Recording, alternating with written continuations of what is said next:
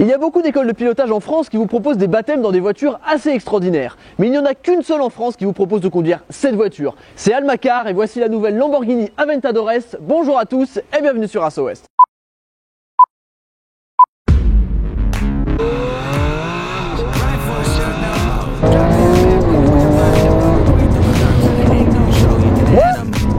Le missile, c'est un missile, c'est la fusée Ariane ce truc, en un peu plus bleu.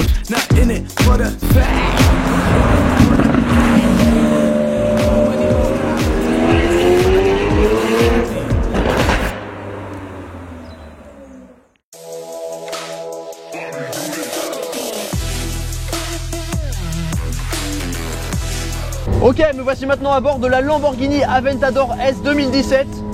Alors, je sais pas trop comment décrire cette expérience, je vais essayer de vous la partager du mieux que je peux. Mais déjà, rien qu'à basse vitesse comme ça, je roule à 18 km/h, c'est absolument hallucinant comme expérience. Une Lamborghini Aventador S. Merci Almacar, un énorme merci à Almacar. Alors évidemment, comme d'habitude, on va commencer par se pencher sur l'esthétique de cette voiture.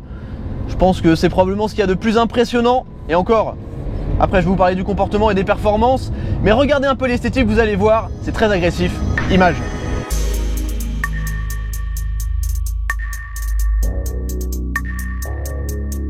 Bon, l'Aventador, on ne la présente plus, hein. C'est la supercar de Lamborghini. On la reconnaît évidemment avec ses angles aiguisés, très anguleux et son look super agressif.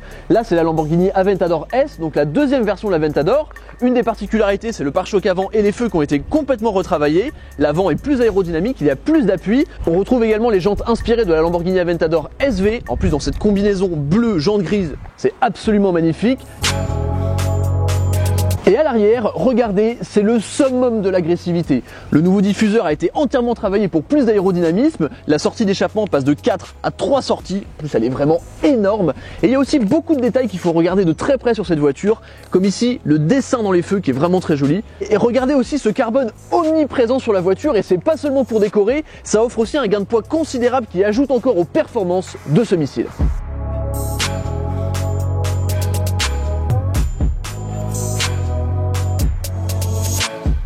Autre détail très sympa, les cages des écrous de roue centraux sont en carbone, c'est très rare comme option. Évidemment, il y a des énormes entrées d'air partout, mais le détail qui tue, c'est le bouchon de réservoir qui est ici taillé dans une seule pièce d'aluminium. Ça montre bien que Lamborghini a le souci de l'exclusivité.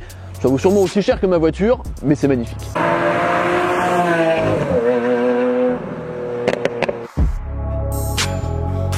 Je préfère vraiment ce nouveau pare-choc comparé à l'ancienne Aventador avec juste ces deux grosses entrées d'air. Là c'est façon shark nose, donc nez de requin. Ici c'est très pointu, là on retrouve des ailettes un peu comme des ailerons de requin justement. C'est vraiment super agressif.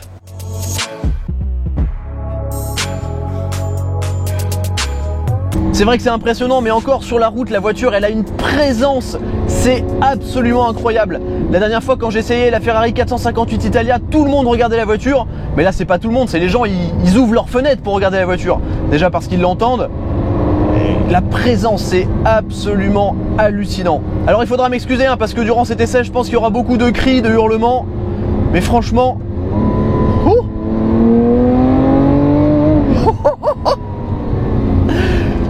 Mais franchement, c'est oh là là, c'est indescriptible. Alors là, je suis posé dans ce cocon à l'intérieur, c'est très cosy, mais c'est extrêmement renfermé. La visibilité est très très mauvaise. Comme vous le voyez, je touche presque le toit, donc j'ai la vision un peu coupée.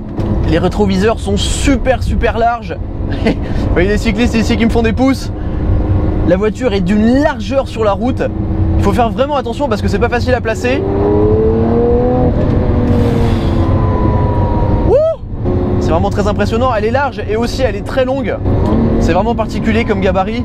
Mais ouais, comme je disais, cet intérieur vraiment très renfermé, ça ressemble à rien d'autre. On n'est pas dans une voiture, on est dans un cockpit d'avion. Et d'ailleurs, ce qu'on va faire, on va jeter un coup d'œil en détail sur l'intérieur.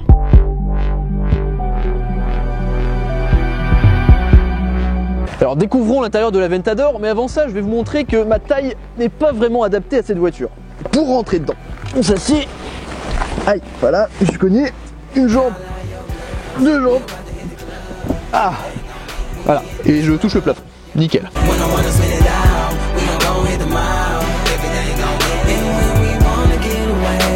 Bon, et même si c'est compliqué de rentrer à l'intérieur, on va pas se mentir, une fois assis, on est plutôt bien. Il y a plein de détails que j'adore dans la voiture. Déjà pour commencer, ces rappels de la couleur extérieure, on en a ici sur le tableau de bord, sur les sièges qui sont superbes. On a la console centrale tout en carbone avec évidemment le petit levier pour démarrer la voiture, façon avion de chasse. J'adore ces palettes qui sont fixes derrière le volant, elles sont comme aiguisées, on ose à peine poser ses doigts dessus. Honnêtement, ça se rapproche plus d'un avion de chasse que d'une voiture.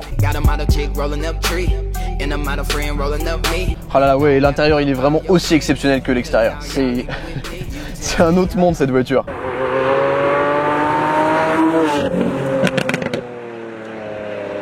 Alors maintenant on va parler un peu des caractéristiques techniques de cette voiture.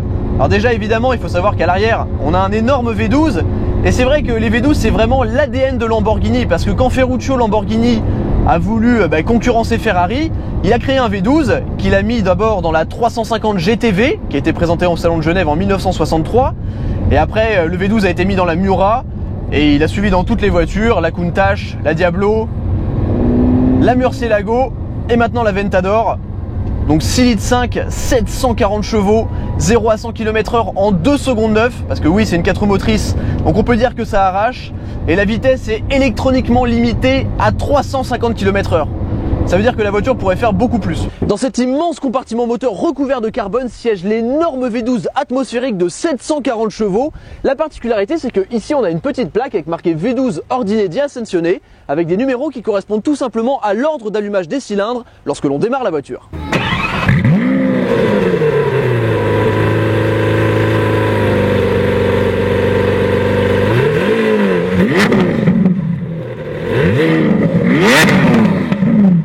Oh, c'est comparable à rien d'autre. Enfin d'ailleurs, c'est comparable à quelque chose d'autre. On a trouvé une petite surprise sur la route pour comparer cette Lamborghini Aventador et voir comment elle a évolué au fil des âges. Regardez. Cerise sur le gâteau, nous avons la chance d'avoir aujourd'hui avec nous cette incroyablement rare Lamborghini Diablo de 1992. Alors à l'arrière on retrouve évidemment le V12 5 litres 7 qui développe d'origine 492 chevaux et même si 25 ans les séparent, on voit bien qu'il y a un petit air de famille. Cet avant très plongeant, les voitures sont basses, très larges et d'ailleurs même si la Diablo est beaucoup plus ancienne, elle est plus large et plus basse que la Ventador.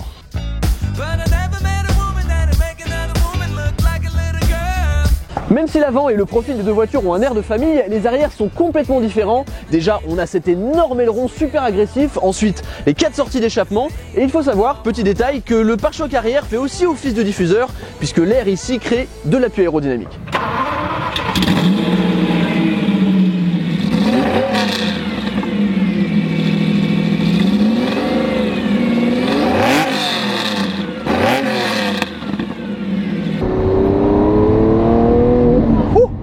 Alors je sais pas si dans la Diablo ça pousse aussi fort, mais en tout cas le son est absolument extraordinaire, vous l'avez entendu. Donc c'est une ligne d'échappement qui est modifiée, mais franchement pour 25 années d'écart, ça chante plutôt bien.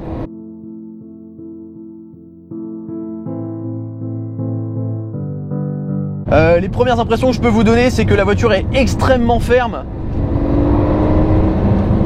Mais genre vraiment très très ferme, c'est pas inconfortable.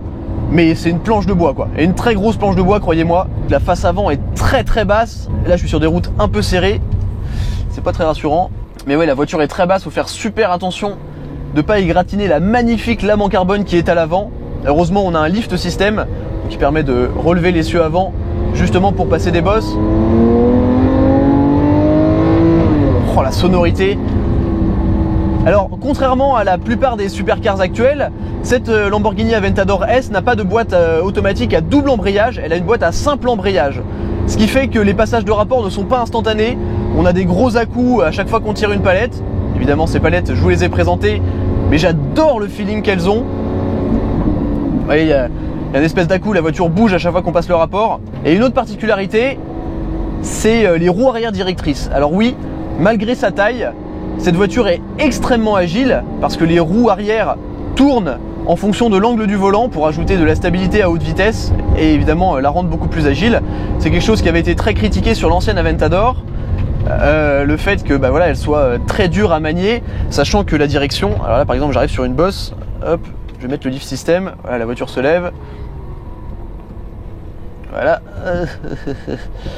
Alors quand on met le lift system, l'essieu avant est très très raide, forcément parce qu'il est monté au maximum.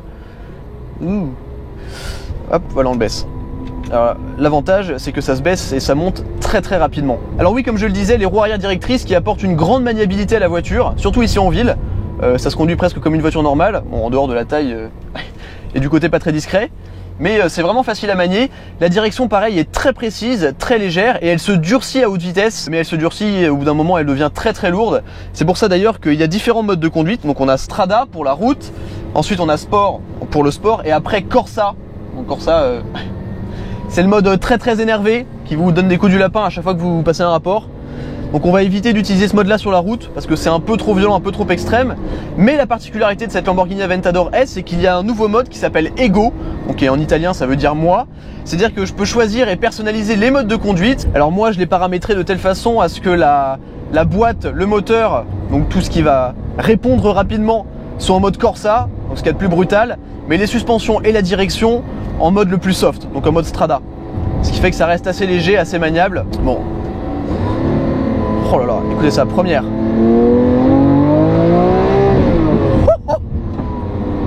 Wow, le son. Ah ouais, non mais ça vous donne une autre idée de ce qu'est le son d'une voiture. Un V12 atmosphérique. Alors malheureusement, Lamborghini a annoncé qu'il n'y en aurait probablement plus. Mais si jamais un jour vous avez la chance de vous asseoir dans cette voiture, faites-le parce qu'un V12 atmosphérique, oh, c'est comparable à rien d'autre. L'atmosphère qu'il y a dans cette voiture, c'est hallucinant, presque indescriptible. Honnêtement, ça ressemble à rien d'autre. La puissance, la poussée. À chaque fois que je conduis une voiture puissante, je vous dis ah oui, ça me colle dans le fond du siège, ça me donne des à-coups dans la nuque. Mais là, c'est pas que ça vous colle dans le fond du siège, ça vous écrase dans le fond du siège. C'est-à-dire vous accélérez, vous pouvez pas en sortir quoi. C'est d'une violence. Et quand je pense que vous pouvez conduire cette voiture grâce à Almacar, et d'ailleurs il me semble que Alban, le gérant et propriétaire d'Almacar, a un petit mot à vous dire à ce sujet. Regardez. Ok, donc je suis en passager dans la Aventador S avec Alban, créateur et gérant d'Almacar. Alban, première question, qu'est-ce que ça fait d'avoir une voiture comme ça? Quoi dire à part le fait que c'est tout simplement fabuleux. Ça 740 chevaux, des vrais chevaux, sans turbo. Ouais. Bon atmosphérique italien. Voilà. Et qu'est-ce qui t'a fait choisir cette voiture en particulier? Alors c'est déjà le fait d'avoir un V12 à la maison, en l'occurrence une Diablo. Ouais. Là c'est de repartir sur un V12, on avait une Huracan.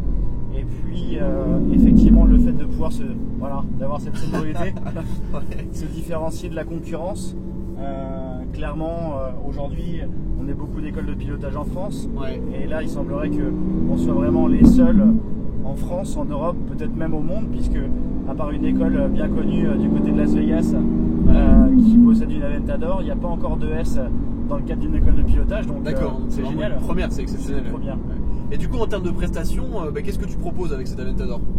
Alors on va pouvoir proposer comme ce que l'on sait déjà faire, c'est-à-dire des stages liés aux entreprises, pour les entreprises, donc ouais. Tout ce qui est team building, etc. Et puis évidemment permettre à n'importe quel client aujourd'hui qui souhaite se faire plaisir de prendre le volant pour un tour, 2 tours, 3 tours ou 10 tours. D'accord. Et tout ça qui dépendra évidemment de son budget. Ouais. Et justement en termes de budget, quels sont les prix pour pouvoir conduire par exemple cette voiture sur un ou 2 tours? Aujourd'hui, on a un appel d'offres qui va commencer aux alentours de 85 à 90 euros. D'accord. Pour piloter ce véhicule sur un tour, ce qui est globalement à peine plus cher que pour piloter une Huracan qui vaut plus de 2 fois moins cher. D'accord. Ouais. Donc effectivement, faites des économies, c'est ça qu'il faut conduire. Et la sonorité. C'est absolument incroyable. Ouais, c'est magique. Et ça pousse fort. Donc voilà, maintenant vous savez ce que vous avez à faire. Évidemment, le site d'Almacar est dans la description. Donc allez vous inscrire si vous voulez piloter cette incroyable Aventador S. Merci Alban.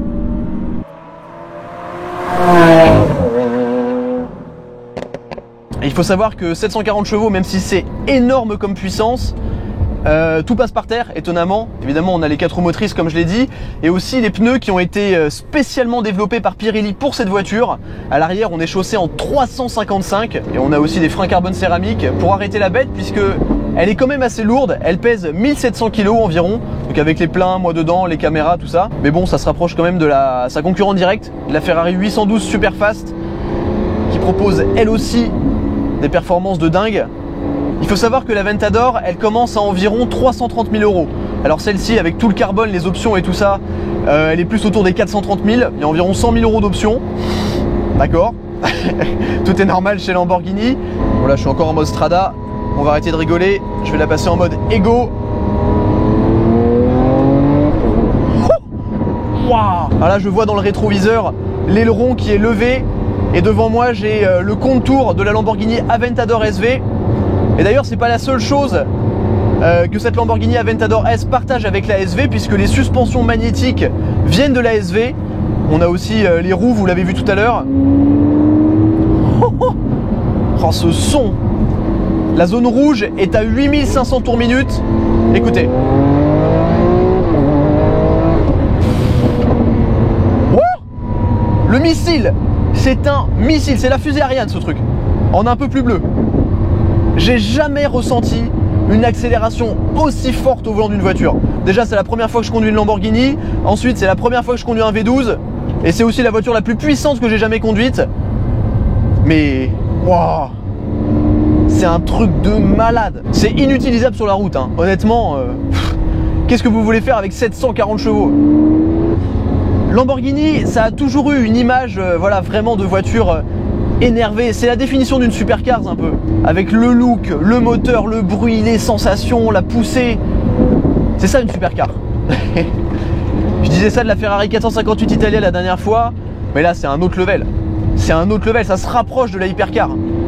C'est étonnant parce que la voiture, malgré sa taille, je l'ai déjà dit, elle est vraiment très grosse, mais ça reste quand même très précis. Et les roues arrière directrices, elles font un travail impressionnant. C'est presque même contre nature parce que je tourne très peu le volant et la voiture pivote immédiatement vers l'intérieur du virage. Sur piste, j'imagine même pas comment ça doit être efficace. Et l'atmosphère dans cette voiture, le carbone partout sur la planche de bord, la vision à l'arrière. Je vois le V12 dans le rétroviseur avec l'aileron qui s'ajuste comme ça. Je vois les énormes entrées d'air sur les côtés. C'est pas normal. C'est pas normal cette voiture. Oh. Oubliez les turbos, les moteurs hybrides, l'électrique. C'est ça une vraie voiture. Ça c'est une vraie voiture de bonhomme. Je vois la tête des gens quand ils tombent sur la voiture, ça fait genre, ils regardent comme ça, puis d'un coup je fais oh. Tout à l'heure on était avec des enfants aussi. C'est l'effet Lambo ça. La dernière fois il y avait l'effet Ferrari, là c'est l'effet Lambo. Donc clairement, j'avoue que j'ai eu la chance de conduire beaucoup de voitures d'exception, mais ce niveau d'exception je l'ai jamais atteint. C'est hors du commun, absolument hors du commun. Le meilleur jeu dans cette voiture, c'est d'accélérer doucement et de lever le pied. Parce que du coup, j'accélère doucement, je suis à 4000 tours minute, je lâche le pied. Sur ce, j'espère que vous avez kiffé cette vidéo. N'hésitez pas à lâcher un énorme pouce bleu si c'est le cas. Moi, personnellement, mon pouce bleu, comme je l'ai dit, il va à Almacar. Vraiment, ces gars-là sont des génies. Merci infiniment à eux de nous avoir prêté les voitures. Dites-nous en commentaire si vous aimeriez voir d'autres voitures d'Almacar, parce que croyez-moi, ils ont encore du stock. Comme d'habitude, abonnez-vous à la chaîne YouTube, n'oubliez pas la petite cloche pour ne rater aucune de nos vidéos. C'est que le début de l'aventure, les voitures comme ça, il va y en avoir de plus en plus. Rejoignez-nous sur Instagram, Snapchat et la page Facebook. Likez ma page Erwan Race Ouest. Et je vous dis à très vite sur Race Ouest. Musique. Pop, pop, pop. I walk alone in this fight. I do this for my people, tryna make us all unite. And if you want war, I got utility and nights. Scared of nobody, my only fear is Christ. With him I can turn all dirt into rice.